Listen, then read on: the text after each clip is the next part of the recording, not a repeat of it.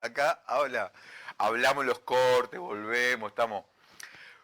Poppy nos acompaña, ahora tenemos el gusto de recibir por primera vez en el programa. Creo que no ha estado. Pepo Ah, Núñez. sí, a José Pepo José Núñez, Pepo Núñez. senador del Partido Socialista. ¿Cómo te va? Bueno, Entró, muchas gracias, ¿no? Muchas gracias. entró ahora, sustituyó a Daniel Olesker, que está ocupado, muy ocupado por cierto, en una responsabilidad muy importante del área social del Frente Amplio, además de seguir siendo una de las referencias económicas del Frente Amplio, lo hemos tenido infinidad de veces. Y también en el Partido Socialista. Y en el Partido ¿no? Socialista, ¿no? Tiene una responsabilidad en el Comité Ejecutivo del Partido Socialista, Daniel. Pepo, antes de arrancar a conversar de los temas por los que te habían citado, me siento obligado, y además quiero hacerlo, porque falleció el pasado jueves un gran amigo y un gran dirigente socialista,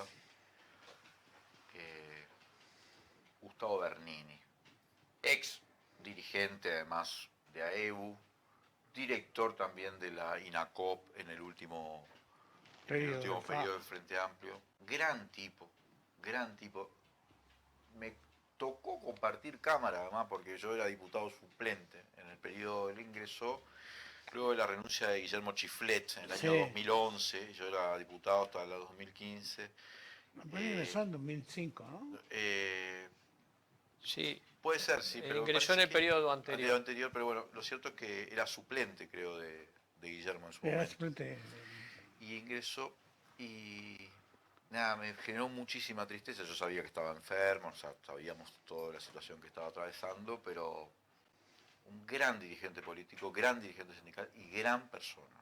Creo que no hay nadie que pueda decir, no hay nadie que no pueda decir que Gustavo era un gran tipo. ¿No? Y ya que estaba Pepo, que también pertenece al Partido Socialista, que fue donde él estuvo casi toda su vida, quería compartir estas palabras.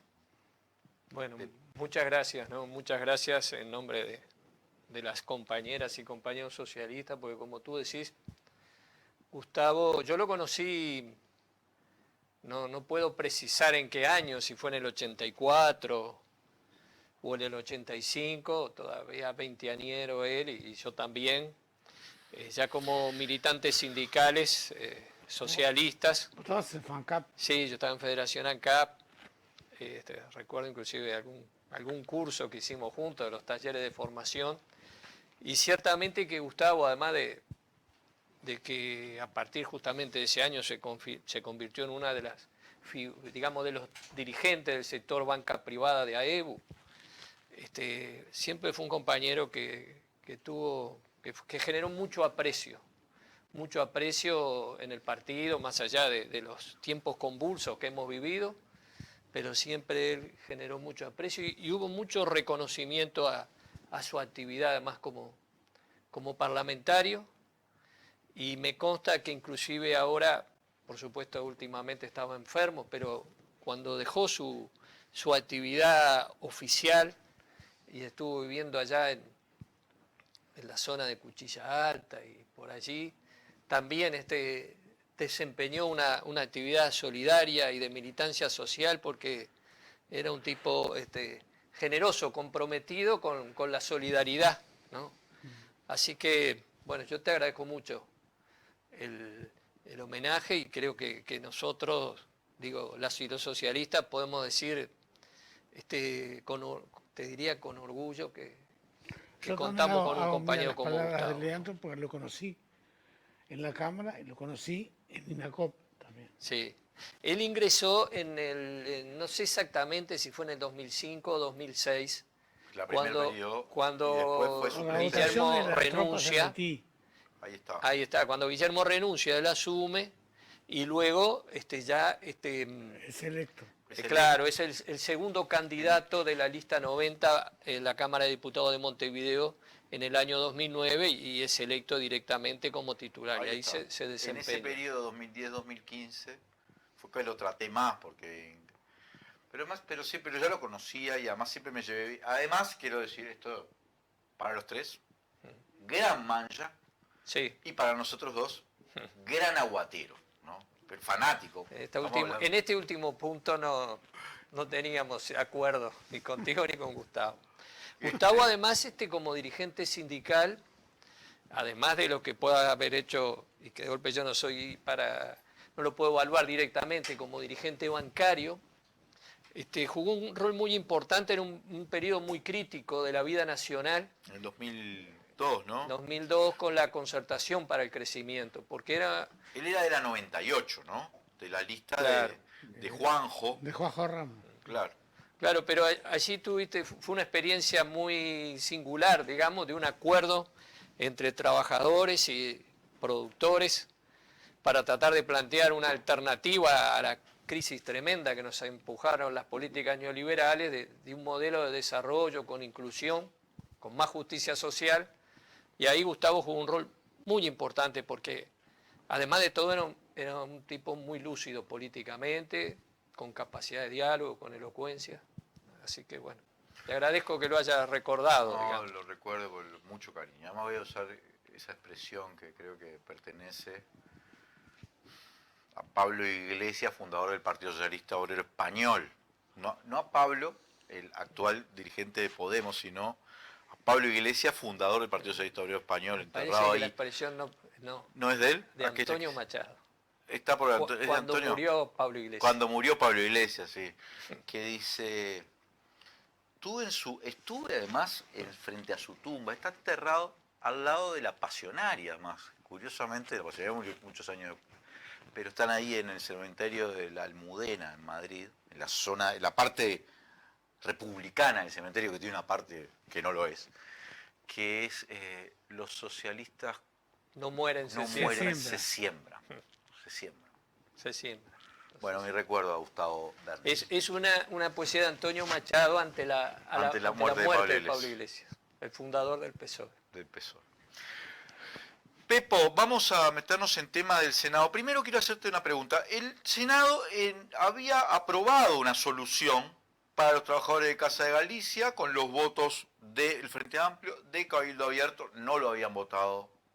No, hay dos. Y Dos dos senadores del Partido Nacional. Partido Nacional. No lo había votado el Partido Colorado y la mayoría de la bancada del Partido Nacional.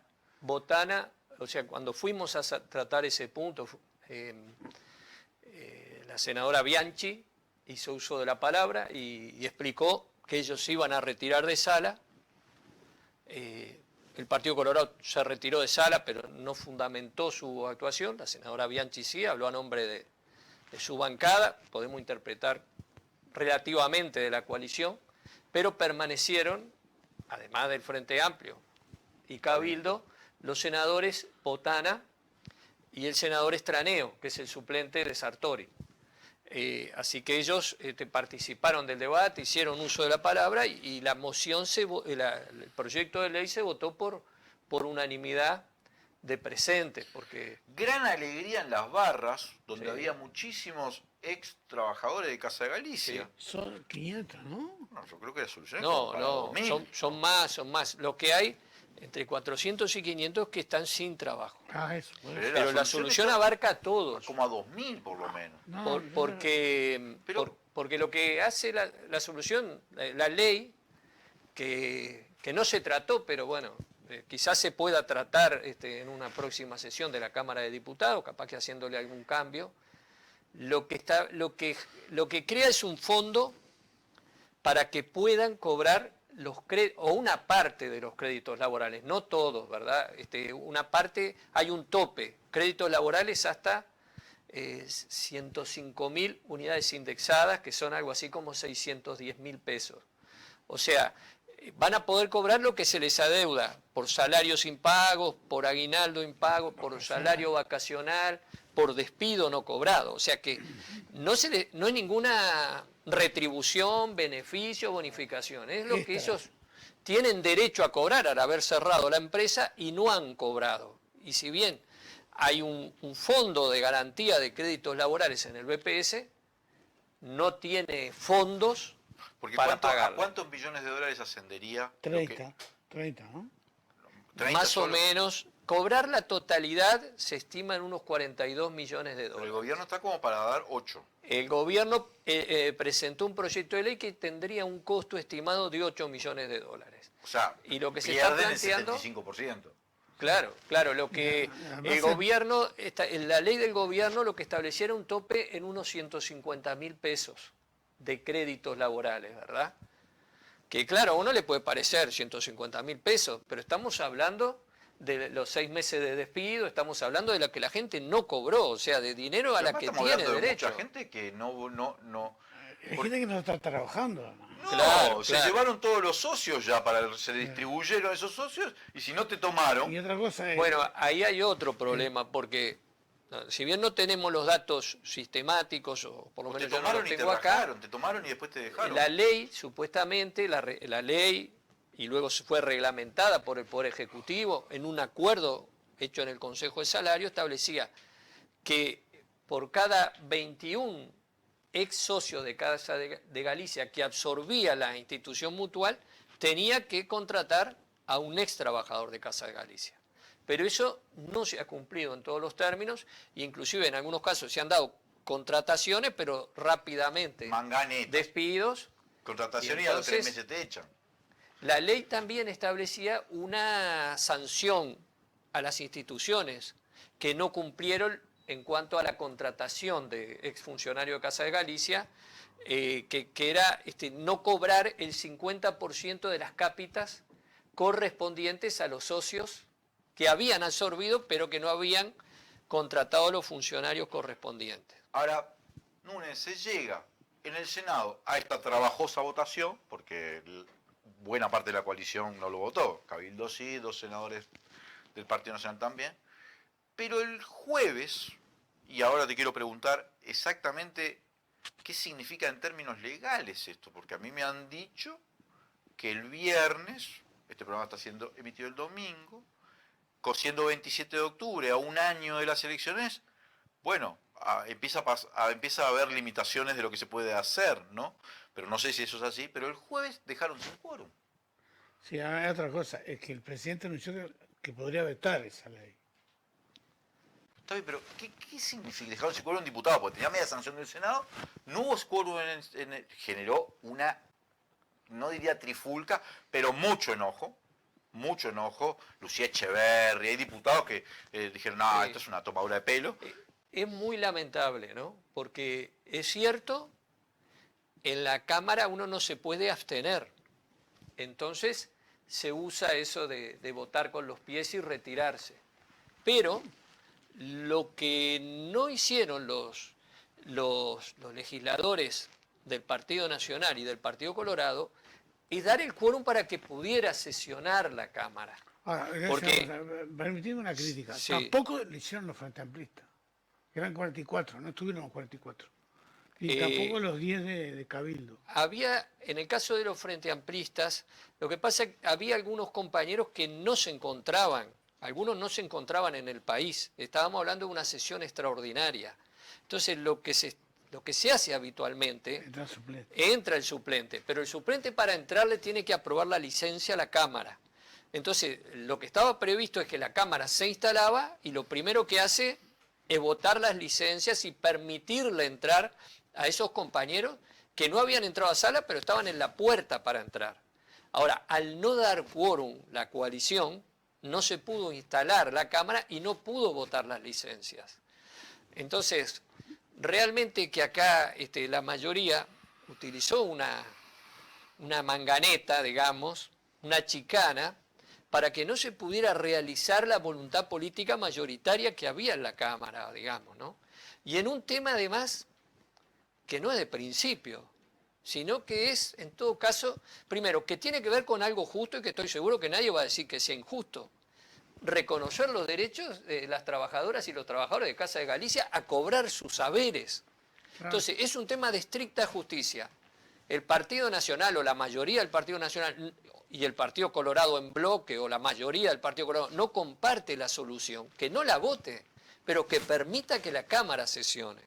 Entonces, la verdad que es muy lamentable, me parece a mí, como actitud democrática y como gesto de respeto a las trabajadoras y los trabajadores que están pasando muy, pero muy mal, ¿verdad? Porque se quedaron sin trabajo y no cobraron el despido, ni lo que le debía la institución. Y además que está toda la discusión, que vamos a ver qué pasa. A mí me gustaría saber qué va a pasar con eso.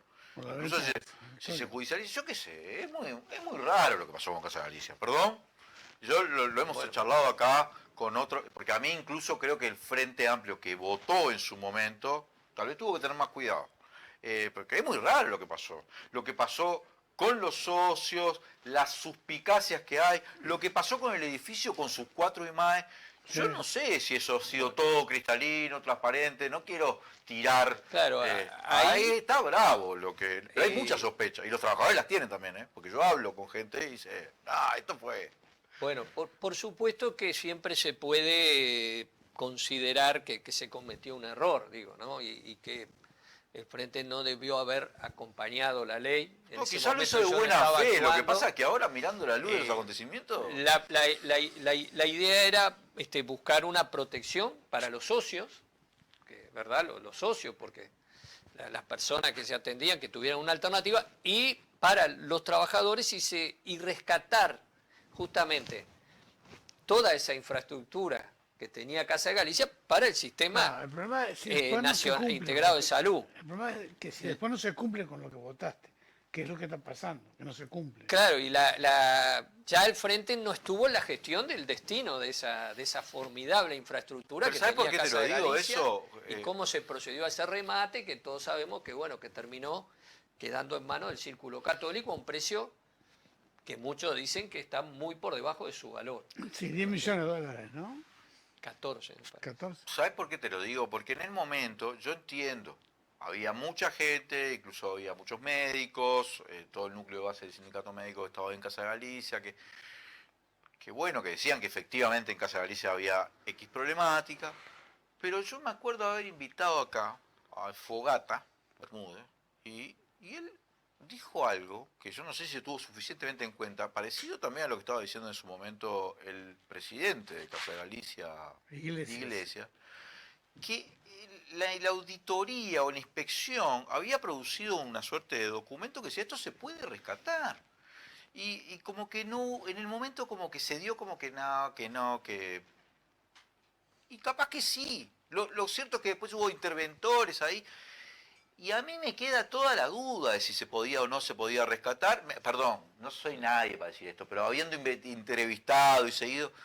Y la verdad que lo que sucedió después es todo muy sospechoso. Ahora, yo qué sé, no sé, capaz que. yo creo que esa es una discusión válida, legítima, y en definitiva, si hay errores hay que asumirlo, y si hay irregularidades Hay que hay que investigarla y tiene que actuar la justicia. Claro, no quita nada que esto había que resolver. Ahora, la realidad que tenemos ahora son los que quedaron sin trabajo y los que no pudieron cobrar los créditos laborales, ¿no?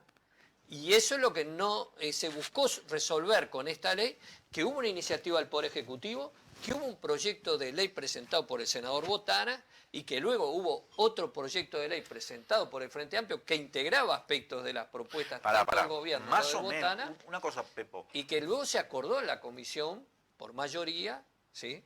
Disculpame la interrupción Sí, vehemente, sí. porque hay cosas que me saltan a la mente y que la Sí. quiero decir antes que se me pasen.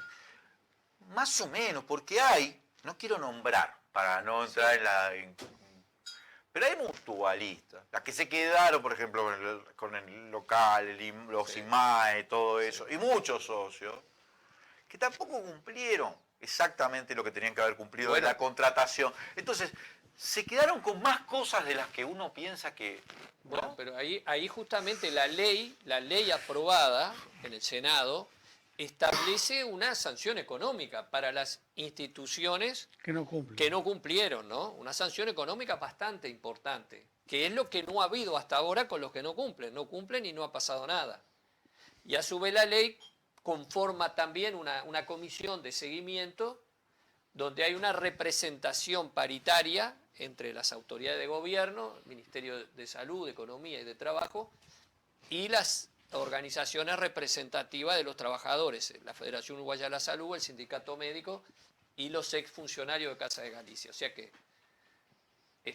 la ley pretendía, no se puede Una más con esto. ¿Por qué decís vos que ahora, por ejemplo, en noviembre se podría tratar en diputados esto? ¿O es constitucional o implica...? Bueno, no tenemos un informe todavía cerrado sobre eso, pero muchos compañeros entienden que lo que hace al fondo y al pago de los créditos laborales no tendría ninguna objeción constitucional. Porque ahora, por ejemplo, la Lo que discusión pasa es que hay un artículo que además establece que aquellos exfuncionarios que no puedan, que no sean absorbidos por las instituciones, porque todavía estarían a tiempo de absorberlos, ni que hablar, y lo que hay que tratar es que los absorban, sean absorbidos por ACE. Y hay quien sostiene que esa norma no podría adoptarse Esa es la que sería después del inconstitucional. 27. Pero la verdad que no es un tema que tengamos cerrado. Lo están estudiando, particularmente en diputados, porque la ley sigue en diputados, no es que no se pueda tratar, y si eventualmente hubiera algún aspecto constitucional, bueno, se buscaría una norma alternativa para que Pero pueda una cosa, aprobarse. Pepo, pero lo que son adeudos de créditos laborales sí podrían cobrarlos. Son un derecho, por supuesto. No, que pueden cobrarlo, pueden No, cobrarlo. pero no tiene nada que ver con Esa es la puede idea, quedar con un fondo darle el financiado fondo, por el Estado. Está bien, el pero fondo. una cosa es que vos sea un fondo adicional a algo para una cosa Claro. nueva, y otra cosa es que vos cumplas con una obligación que no cumpliste. El fondo ya está creado por la ley de cobro de créditos laborales. Lo que se trataría, lo que dispone la norma es que Rentas Generales le traslade los recursos a los efectos de poder atender los créditos laborales. Mirá que es tan de los estricta la trabajadores de Casa de Constitución Galicia. que... No, pero otra cosa es que vos digas, voy a crear más empleo en ACE. Esa es otra cosa. Bueno, No, pero las dos cosas pueden ser discutidas. bueno, lo único que digo es- la verdad es que nosotros no tenemos cerrado ese análisis, ¿no? Por eso hicimos todo para que se aprobara antes del 27 para evitar Sí, por objeciones eso- de este tipo, y se podría haber aprobado. Lamentablemente el Partido Colorado y el Partido Nacional no hicieron el quórum para que pudiera sesionar la Cámara de Diputados. Quiero decirte que tiene nada que ver con la figura de la persona de la que voy a hablar, pero sí con el Partido Colorado. Porque ahora el Partido Colorado está discutiendo, yo sé que están analizando si es o no constitucional votarle una pensión graciable a Fernández Feingold. No tiene nada que ver con Fernández Feingold, que merece la pensión graciable segura, fue vicepresidente, todo, y está en una situación de salud muy delicada. No es por Fernández Feingold que digo esto, sino que, porque después dicen no, esto no, pero esto sí, pará, tengamos un criterio, digamos, los trabajadores también. No es porque Fernández Feingold sea simplemente no, pero una figura notoria del Partido Colorado. Digo porque después se hace el chicle, ¿no? La Constitución, acá sí y acá no, y no Sí, pero corresponde. ahí la diferencia es que Hay mucha Fernández- diferencia. Yo creo que me gustaría que se pudiera encontrar una solución para las trabajadoras y los trabajadores de Casa de Galicia, que parece que en este tema es central. Desde el Frente Amplio vamos a trabajar en esa dirección. Si hay alguna inconstitucionalidad, bueno, tendremos que corregir el proyecto, pero vamos a buscar todas las posibilidades en ese sentido. Y ahí están las mayorías parlamentarias para que se apruebe la ley. Ese es lo más triste de todo, que las mayorías parlamentarias están, que no se pudieron realizar por un problema de reglamentario, que es justo, pero por esta decisión política de los partidos Colorado y Nacional de no formalizar el quórum para que se pudieran votar las licencias, que le permitieran a esos compañeros que estaban en la puerta para entrar, ¿verdad? Quiero preguntarte por otros temas que también están en el Senado. Bueno. ¿Sí? Uno es, el Frente tiene ya aprobado una interpelación al ministro Heber, Sí, que entiendo que la miembro interpelante va a ser la senadora Silvia Nane. sí, correcto. Es el ministro que tiene en este momento peor imagen, pero además está en una cartera que está atravesada por las sospechas. De hecho, esta semana ya estuvieron declarando por el caso... Penades. No, por el caso Marcet. Marcet. Comenzaron a declarar porque están imputados el La ministro. semana que viene también. Está indagado el ministro del Interior, que va a tener que declarar también. Sí. O sea, eso es un... Pero está ahora lo que sucedió con el caso Penades y esa cosa paralela para hacer un fraude procesal, dijo la fiscal. Y hay un montón de polémica en torno al ministro del Interior, ¿no? ¿Cómo están analizando que la bancada, yo por la conferencia de prensa dije, esto se dirige hacia una moción de censura, ya diría, pero Bueno, ¿qué esperan, qué expectativa tienen de esa interpretación? Nosotros ya planteamos la renuncia del ministro, o sea que ya ahora no me acuerdo exactamente la fecha, pero el mismo día que se votó el desafuero del senador Penades, nosotros luego planteamos un asunto político, un pedido de renuncia al ministro. En esa oportunidad hicimos uso de la palabra casi todos los legisladores del Frente Amplio y solo hubo una intervención para defender la gestión del ministro, que fue la del senador Rodrigo Blas. Ni el Partido Colorado, ni Cabildo, ni ningún otro... Suplente de Penades. Suplente de Penades, suplente de Heber, ¿no? Y suplente de Heber. Claro. Ningún otro senadora o senador de la coalición de gobierno hizo uso de la palabra para defender al ministro, y más aún, cuando se votó lo de Penades, que votaron todos los presentes, había 29 votos. Cuando se votó lo de Heber, había 27. O sea que hubo 2 legisladores de la coalición de gobierno que se retiraron de sala. No puedo asegurar por qué fue, pero es bastante sintomático. Silencio absoluto, salvo por un senador, que es de la lista 71 y que es el suplente del ministro, y luego 2 legisladores que estaban en la sesión y que se retiran de sala al momento de tener que, por la vía de no votar la moción del pedido de renuncia, marcar un respaldo al ministro. Entonces, de la interpelación que esperamos, bueno, primero que hay que definirse todos los partidos si respaldan o no respaldan la gestión del ministro, porque es el ministro del Interior. Entonces, ante el cúmulo de irregularidades y de hechos de corrupción que involucran al ministerio y a jerarcas del ministerio, no tiene una responsabilidad política el ministro. Su actuación en el caso Penades, y yo no me refiero a esta acción paralela, ilegal, que involucra hasta ahora a 3 funcionarios, digamos, ¿no? 2 policías y un operador penitenciario, sino me refiero a las declaraciones que oportunamente hizo el ministro cuando se conoció la denuncia. Algo que señala la fiscal, respaldando, en la conferencia de prensa. Claro, respaldando a Penades, descalificando las denuncias, haciendo actos de presencia. ¿Cómo impacta eso en las víctimas?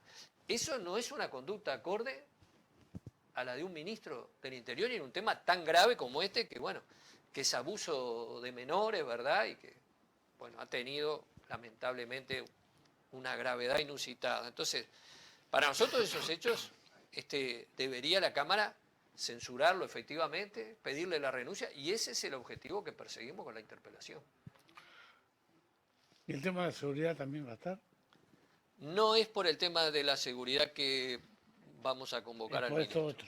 Son este hecho y otra serie de irregularidades, como casos de Marcet, como el caso Astesiano, como ahora estas escuchas, estas grabaciones que se... como la destitución de la directora de inteligencia. Sí. Bueno, A mí me queda toda la duda, espero que en la interpelación se aclare, de si la destituyen porque consideran que fue omisa en su responsabilidad, porque hubo gente que ingresó a las escuchas del Guardián, por el caso de Cecilia Fontana, de la madre de Heber. claro, ahí está. Y si yo no sé si la destituyen porque hubo gente, o la destituyen porque fue ella la que lo descubrió, porque fue ella la que hace el informe al ministro. Y no sé, si justo hace el informe, era como para decirle, estuviste bien, pero... Ahora, en definitiva, el ministro compareció en régimen de comisión general y dice, bueno, yo no me entero, ¿cómo me voy a enterar de las ilegalidades? Si son ilegalidades, cuando me entero procedo. Pero cuando se dan tantos hechos irregulares, parecería que falta una autoridad, parecería que hay errores al conformar el equipo. Él tiene una frase que se repite Hay una mucho en los política programas de humor. equivocada. Me enteré tarde. Una frase que... Sí, a los veteranos nos hace acordar al ministro... Marchesano era. No, Chiarino. Chiarino era. Chiarino. No tengo conocimiento, decía. Sí. Vamos a ir a un corte y enseguida volvemos con Legítima Defensa, segunda dosis.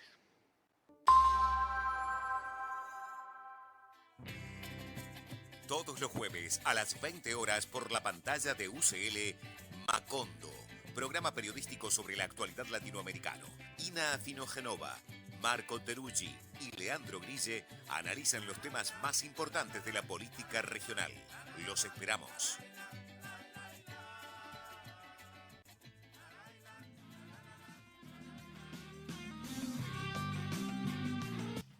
Volvemos con Legítima Defensa, segunda dosis. Tenemos un bloquecito más con Pepo Núñez. No tenemos mucho tiempo porque tuvimos dos invitados. Habitualmente tenemos uno. Hoy tuvimos dos invitados en Legítima Defensa, segunda dosis. Y nos tiene que quedar el tiempito para un cafecito acá con Poppy.